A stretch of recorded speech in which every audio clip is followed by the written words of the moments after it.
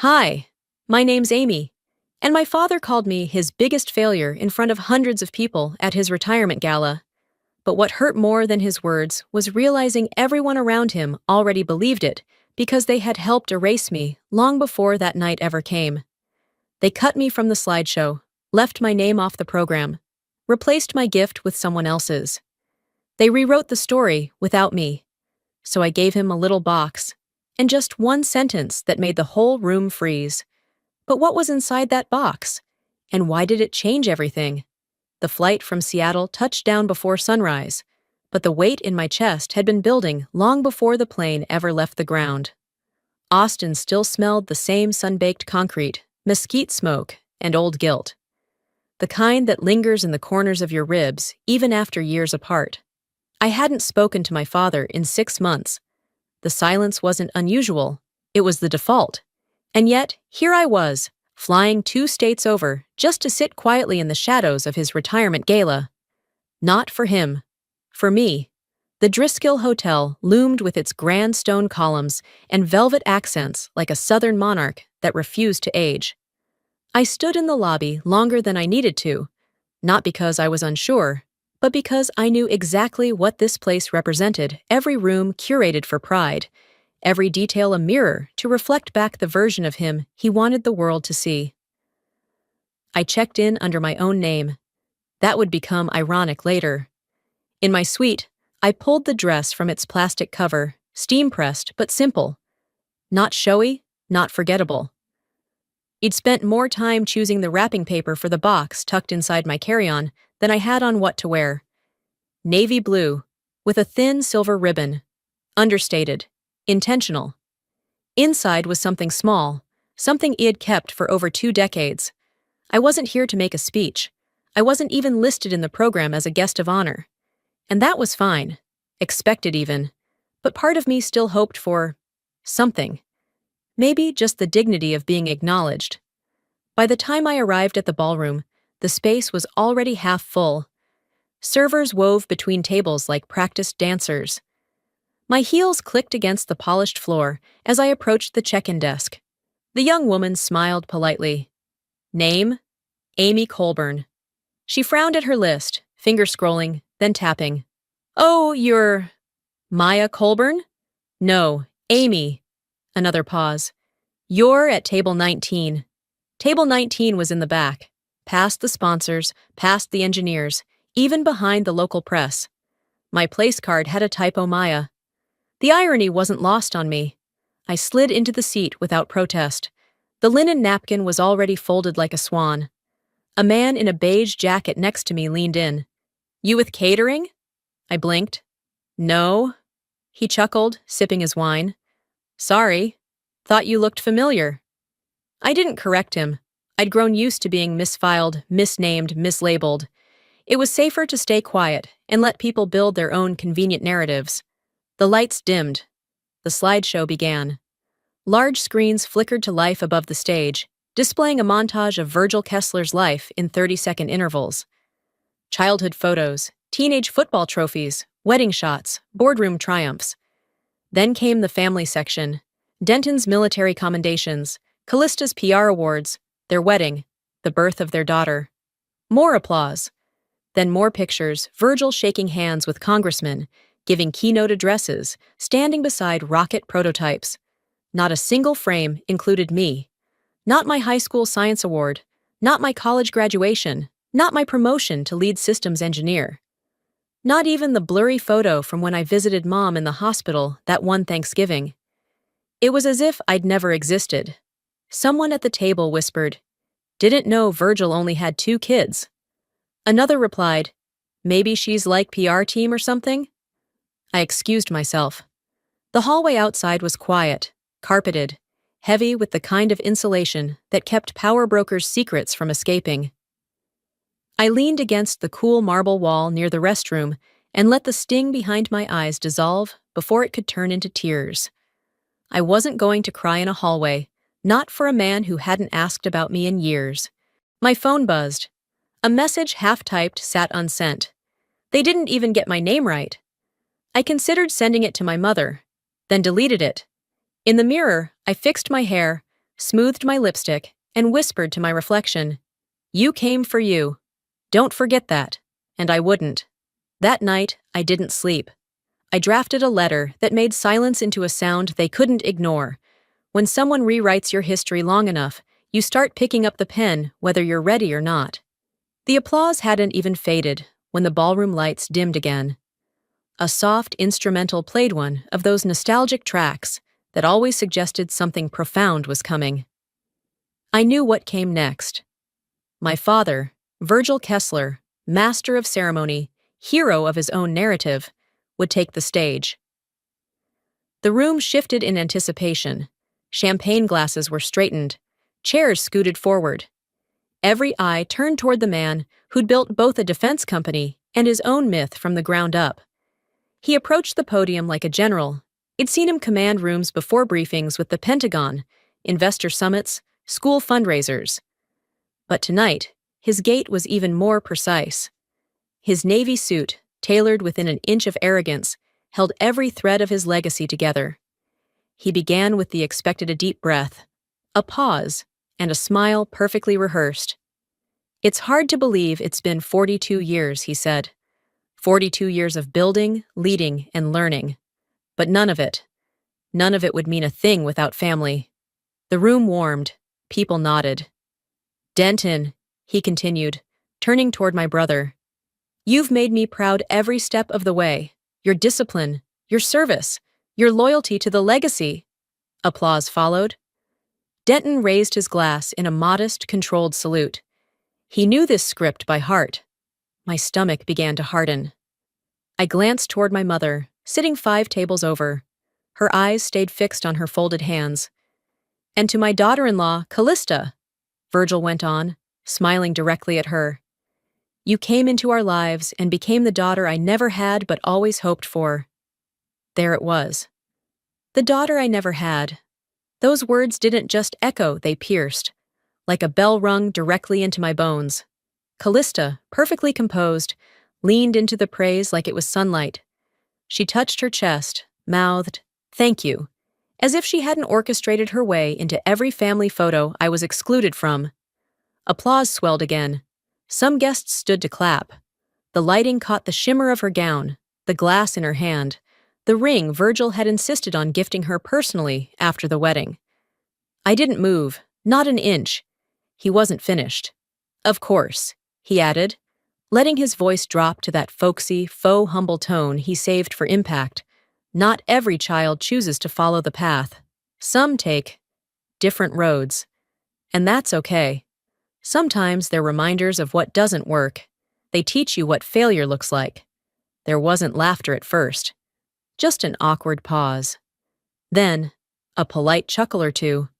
The kind that floats through a room when people aren't sure if a joke is safe to laugh at. I didn't need to hear my name. Every nerve in my body recognized the outline of an insult dressed up as philosophy. I didn't blink. I didn't reach for my drink. I let the weight of the moment settle around me like fog. Denton glanced in my direction, then quickly away. Callista adjusted her necklace, pretending not to notice. And my mother, my mother, she still stared at her lap. The worst part wasn't the dig. The worst part was that no one flinched. A waiter appeared beside me with a fresh flute of champagne. I waved it off. He left it anyway. This was the moment most people would get up and leave. I didn't. Not because I was trying to make a statement, but because walking out would have felt like conceding a game I didn't agree to play. So I stayed. I sat there through the closing remarks, through the final toast, through more laughter and praise and well-earned nostalgia that had no space carved out for me. As the lights brightened and the stage cleared, I heard someone at a nearby table murmur, "She's gotta be PR or something. No way she's family." I didn't look. I didn't respond. Instead, I pulled my phone from my clutch and opened a text to my best friend back in Seattle. He did it. Called me a failure. On stage. I stared at the screen, then deleted it. The navy blue box under my table brushed against my ankle. It had stayed there, untouched, quiet, just like me. I glanced toward the stage again. My father was shaking hands, smiling for photos, holding Callista's elbow like she was the prize at the end of a race I was never invited to run.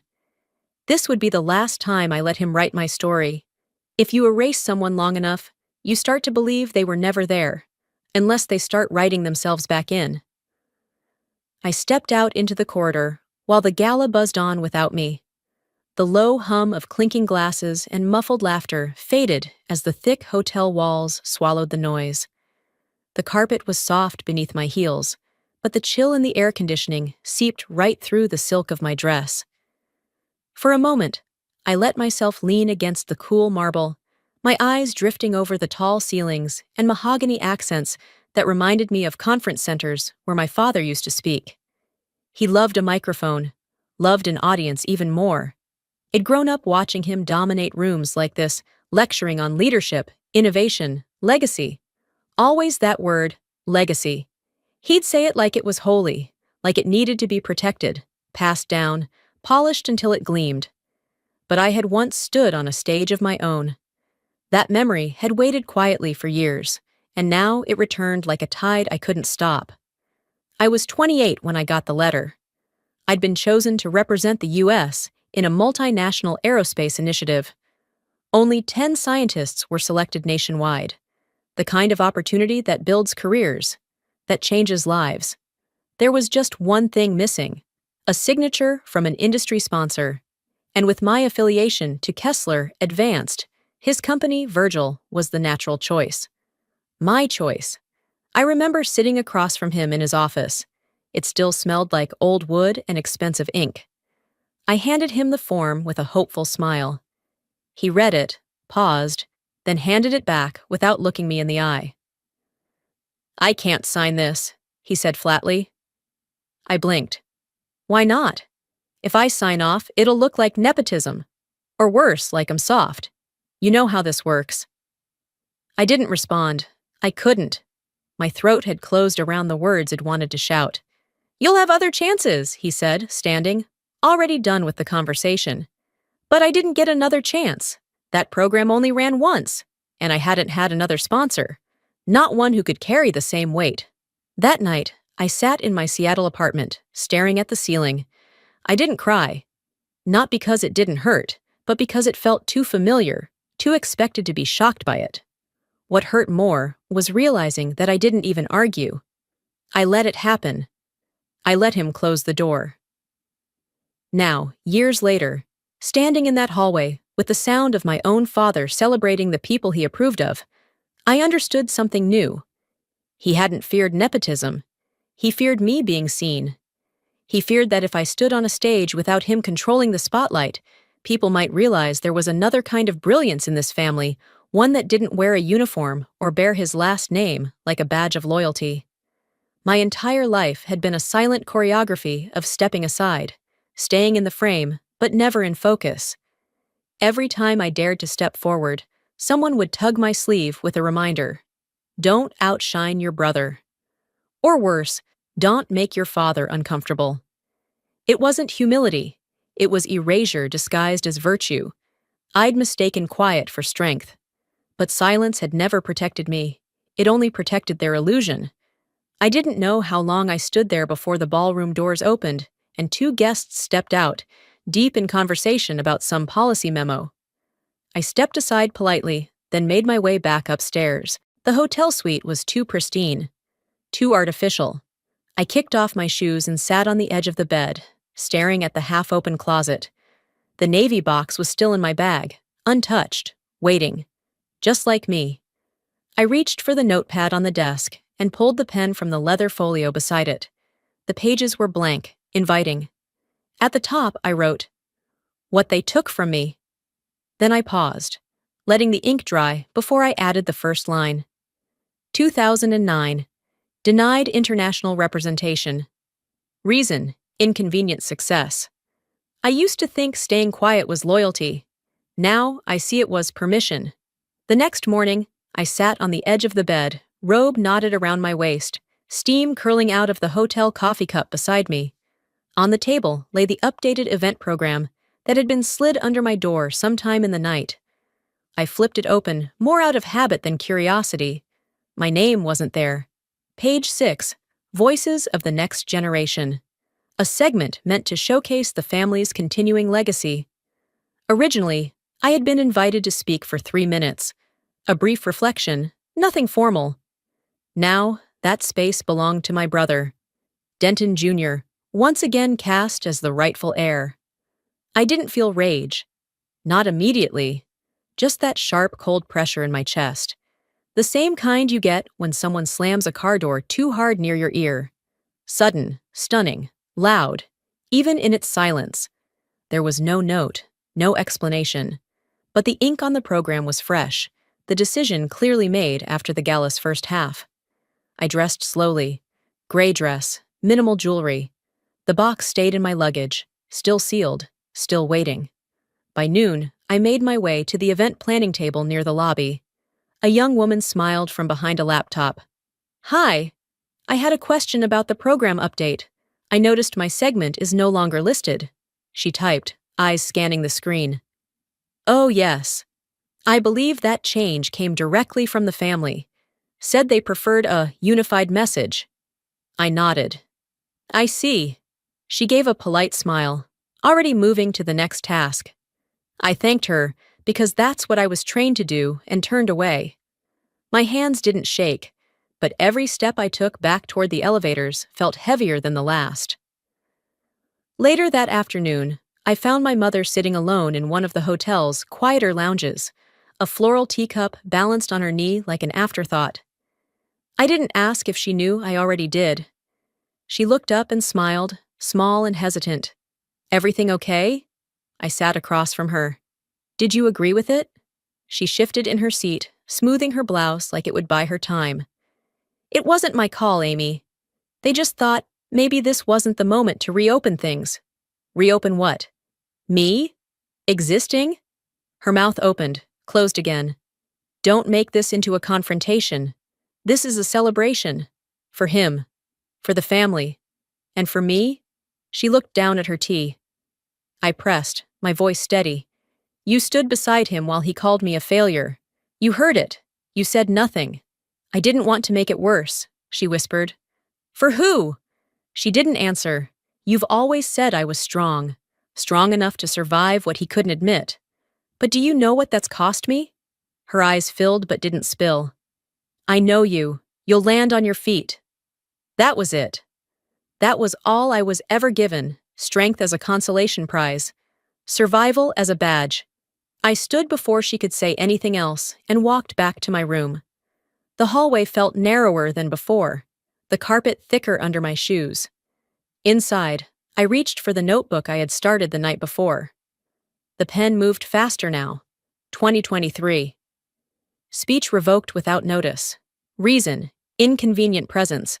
I stared at the words until they blurred slightly. Still, I didn't cry. This wasn't grief, it was data. The truth was this. My silence had always been a service, a structure. It allowed their version of the family to stand unshaken. The moment I spoke, the cracks would show. And they knew that. That's why they never had to ask me to stay quiet. They trusted I would. Until now. I picked up my phone and opened the voice memo app. I didn't hesitate. I'd already written the message in my mind. One more cut like this, and bringing the truth to the stage myself. I saved the recording. No title. Just a timestamp. Proof that the line had been drawn. The box under the bed was still untouched, but it no longer felt passive. It felt like a signal, and I was getting closer to lighting it. They always said silence was strength, that silence was grace. But I've come to learn silence is also decay. It's how a legacy crumbles quietly, eaten from the inside, while everyone smiles at the facade. The drive to Lakeway wasn't planned.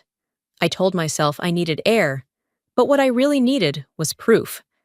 Proof that my memory hadn't lied, that there had once been love in a place now stripped of it. Something about the old house, my mother's house, still pulled at me, even after all they'd done. I didn't want it back. I just wanted to remember it right. When I pulled up, I didn't recognize the entrance. The old creaky wooden gate had been replaced by a sleek, matte black security system with motion sensors and a coded entry pad. A brushed steel plaque glinted on a freshly stacked limestone pillar. The Kessler residence. It looked like a property listing on a luxury real estate site, not a home where a woman once knitted on a porch swing and drank tea from a chipped mug. The landscaping had changed too. Gone were the ivy vines that once climbed the siding like green lace.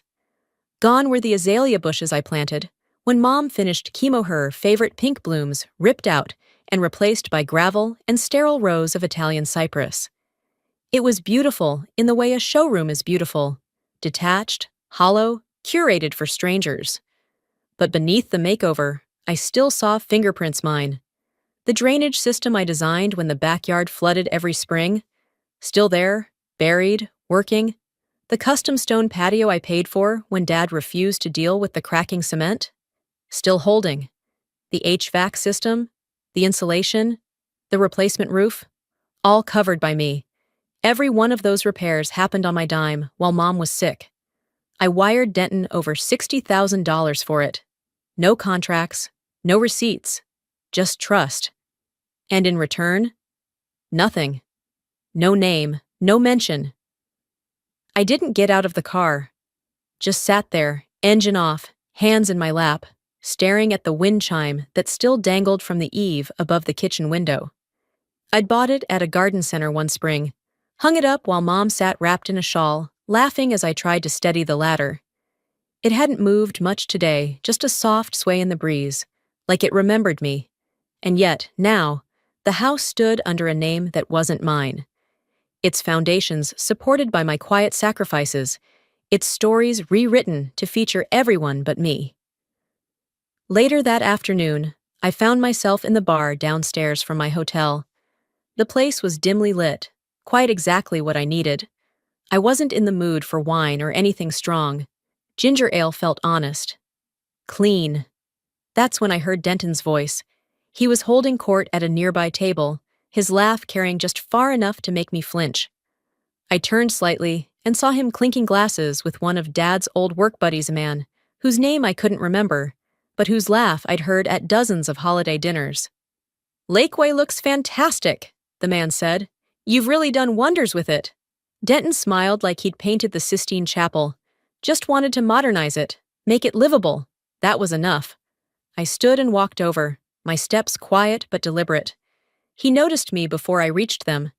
He turned slowly, smirked like we were kids again, and I was overreacting to nothing. "Did you ever intend to give me credit for what I did?" I asked. He tilted his head. "Credit? The house." He shrugged, still smiling. "It was for Mom. You wouldn't want to make it about money now, would you?" I didn't clench my jaw. I didn't raise my voice. I just said what needed saying. It was never about the money. It was about memory. But even that seems like too much to ask. He didn't answer. Just turned back to his conversation, dismissing me like background noise in a room filled with men who never once lifted a checkbook while I was draining my savings. That night, I skipped dinner. I went back to my room and opened the notebook I'd carried for years. Not a journal, more like a record. A ledger of all the things they forgot I gave. 2017 renovation. Payment never acknowledged. Outcome, ownership erased. I drew a line underneath. But it didn't feel like a line. It felt like a wall. They always spoke about family like it was sacred. A bond. A fortress. But what I've come to understand is that family, in our case, was a one-way contract. One where the fine print read, "You give, we forget." One where labor was silent, and silence was expected. I sat with that thought as the clock ticked toward midnight. One more theft, I promised myself. One more dismissal. One more erasure of my name from what I built, and it'd stop playing the quiet one. I wouldn't announce it. It'd document it. And when the time came, it'd answer with facts, not forgiveness. Because silence may be grace, but it is not justice. If they needed a show to hear me, then I gave them one. But the real reckoning still sat unopened quiet, patient, and heavier than its size suggested. By the time dessert plates were cleared, and the MC made his final rounds with a forced smile and a hollow, "Let's give one more round of applause for Mr. Kessler," The energy in the room had shifted. Applause came out of obligation, not admiration. Laughter was measured. Everything now felt staged, like the curtain had dropped, but no one had the courage to leave the theater. I returned to my seat like a misplaced shadow, uninvited, unclaimed, and somehow still present. The people I once called family didn't even acknowledge my return. I sat there, folding the napkin on my lap, not to clean, not to fidget, but to remind myself I could still feel something. Fabric, pressure, proof of my own existence. My name was still missing from the event program. No mention, not a word. I looked around the table. Denton was deep in conversation with a defense contractor 2 seats down, all handshake and eye contact playing the part of the respectable heir. Callista was smiling at her phone, probably curating the perfect caption for a filtered photo. Family is everything. And my mother? Her spine stiff with practiced posture, she sat like a sculpture of elegance, unmoving, unseeing, untouchable. And Virgil? He was basking, reclining just enough to appear casual, yet alert to every glance tossed his way, like a king among courtiers. His voice had softened into humility now that the praise was winding down, but the smugness clung to his face like a second skin. Not one of them looked at me. I finished the last of my wine. It had gone warm in my hand, the taste now more like vinegar than vintage. I didn't wince. I let it linger. Bitterness deserved to be tasted fully. Beneath the table, my foot found the box. Still there, wrapped in navy paper, unopened, untouched, like me. They didn't think I'd bring it, didn't think I had it in me to disrupt their perfect narrative. They assumed it'd sit quietly, swallow hard, and vanish again like always. But I had stopped living in the version of myself they wrote. The moment came not with a roar, but with a hum, the lull between courses, between conversations. I stood slowly. No drama, no gasp, just movement with intention. Enough to draw a few glances from adjacent tables. The click of my heels cut across the hush of clinking cutlery and murmured chats. I didn't go to the stage. I didn't grab a mic. I walked directly to Virgil's table. The center of the spotlight, the place reserved for the hero of the night. He looked up, startled at first. Then recognition kicked in, followed by that default smile he wore like a medal. Charming, hollow. Then he saw the box. His smile faltered. I placed it in front of him, gently but firmly. No theatrics, no speech. "This is for you," I said. Calm. Even. He blinked, confused, reaching for the ribbon like a child on Christmas morning, unaware the gift might contain something heavier than joy. I leaned in just slightly, my voice low but clear-aimed perfectly, for the lapel mic still clipped to his jacket. "From your biggest failure, enjoy your retirement." And I turned. No pause. No glance over the shoulder. No appetite for their reaction. The ballroom behind me froze for a second. A breathless, charged silence. Then the sound of whispers, sharp, stunned, electric. Someone let out a laugh, startled and involuntary. A few clapped awkwardly, unsure if it was rebellion or support. I passed Callista Hare's smile, now twitching with uncertainty. My mother stared straight ahead, her hands twisted together like she was holding back a scream. Denton looked pale. I didn't stop. I walked past the linen-draped tables, past the golden centerpieces and the fake smiles, and out the heavy ballroom doors. The night air outside was brisk and honest. Not performative, just there cool against my skin, sobering in a way no wine ever could be. Under the valet canopy, I stood for a long moment, staring up at the stars blurred by city light. My breath came out in small clouds, proof I was still warm, still alive, still here. My phone buzzed in my bag. I didn't look. I didn't need to. No part of me wanted to know what came next. I didn't cry. I didn't laugh. I didn't wait for an apology or validation. What I felt was anchored, like a puzzle piece had finally slid into place after years of forcing it where it didn't belong. There was no victory dance, no cinematic music, just the sound of my own pulse and the quiet that follows when you've told the truth out loud, and it echoes. That was just chapter 1. What came next would be mine to write. Without them. Without permission. Without apology. If I was invisible before, now I was a mirror. And the family couldn't look away. He didn't open it right away. Of course he didn't. Virgil was always calculated when it came to image, and ripping open a box from the daughter he'd just humiliated on stage would have broken the rhythm of the night. Instead, he carried it like a delicate prop into the private lounge behind the ballroom, where only board members, donors, and people who talked in six-figure abbreviations were allowed. But someone followed him. Not me. Someone else. Someone holding a phone. The video didn't show much, just him sitting in a leather armchair, the box on the coffee table, his fingers undoing the ribbon like it might explode. Then he lifted the lid and froze. Inside was a photograph. I was 12, holding a blue ribbon at the Austin Regional Science Fair. He had his hand on my shoulder, smiling genuinely, not like in the photos with politicians. It was the only moment I remember when he looked at me without disappointment layered behind his eyes. Beneath the photo was a note. You were proud. Once. And below that, a folder. Thick, clearly labeled, Funding Sources 2021 Defense Grant Initiative. He flipped it open. First page, schematic diagrams he'd seen before. Second page, internal memos, typed proposals, annotated graphs. All familiar. What he hadn't seen, what made his shoulders stiffen in the grainy clip were the signatures. My name, my initials. The drafts from when I had consulted quietly, from afar, to help keep the company afloat during their lowest quarter. No credit had ever been given publicly. The final published version bore no resemblance to me, but the architecture, the backbone, it was mine. He closed the folder abruptly. The video cut out there, but it had already circulated by the next morning.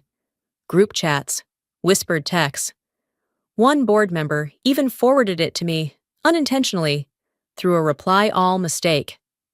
Who is she to him, again? One message read. Another answered, the daughter he never talks about. It didn't take long for someone else to make a connection. Years ago, an anonymous technical proposal had been submitted through the company's open research initiative. It had saved a critical contract. The style matched. The phrasing matched. A board member who still had archived drafts sent them to the company archivist. And to me, I didn't confirm anything. I didn't need to. The evidence was speaking on my behalf. By midweek, I was getting passive-aggressive calls from Denton. Hey, just wondering if you had time to chat, he'd said with the fake warmth of someone standing on a rug that was being yanked. I didn't respond. Virgil was summoned to an informal meeting with the board. According to someone who was in the room, he downplayed the whole thing. She wasn't looking for credit, he reportedly said. It was internal. We all benefited. The silence that followed must have been deafening. They asked for formal clarification. He declined. That was the moment it shifted. I walked through the hotel lobby that evening, wearing the same jacket I'd had since grad school. Nothing flashy, nothing curated. But this time, people looked up. They didn't look through me. A few offered polite nods. One woman, an executive from another division, simply said, "Thank you." I knew she wasn't talking about a technical report. Upstairs, in my suite, I reopened the notebook. 2021, Proprietary Research Contribution, uncredited. Outcome, crisis averted, silence expected. I paused. Then I wrote, now they see. But not because I asked them to, because I let them look. It was revelation, and once you see clearly, you don't unsee. By morning, the clip had already made it to Twitter, LinkedIn, and someone's cousin's Facebook page. I didn't post it. I didn't even know it had been recorded. But there it was. Grainy footage of me standing at the front of the gala, handing the box to my father, and saying the 7 words that cracked open decades of careful curation. From your biggest failure. Enjoy your retirement. People latched onto it like wildfire. There was a meme within hours. A slow zoom gif of Virgil's frozen face paired with hashtags that ranged from supportive to uncomfortably amused. But what caught me most wasn't the noise.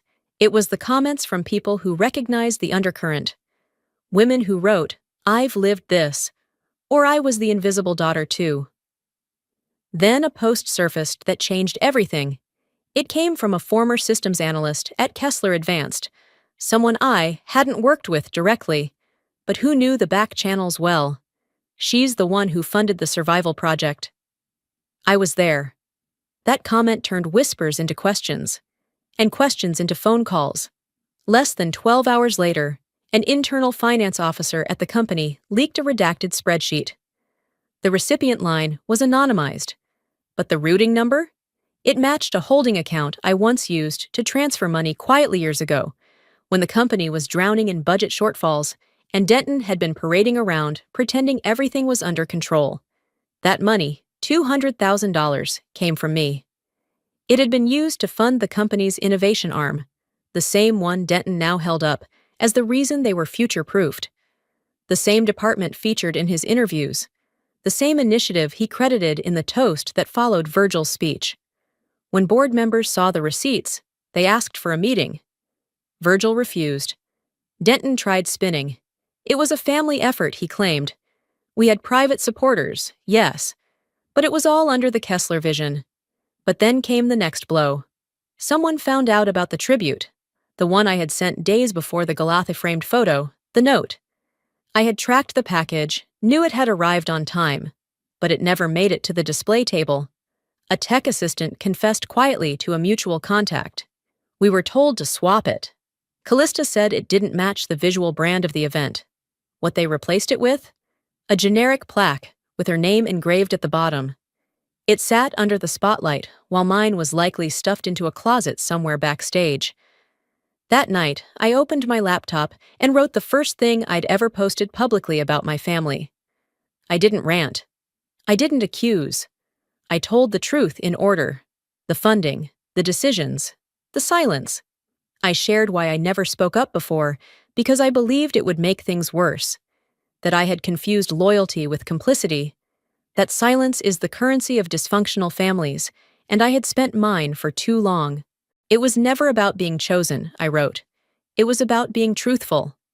The response? Overwhelming. STEM networks picked it up. Women's leadership forums quoted it.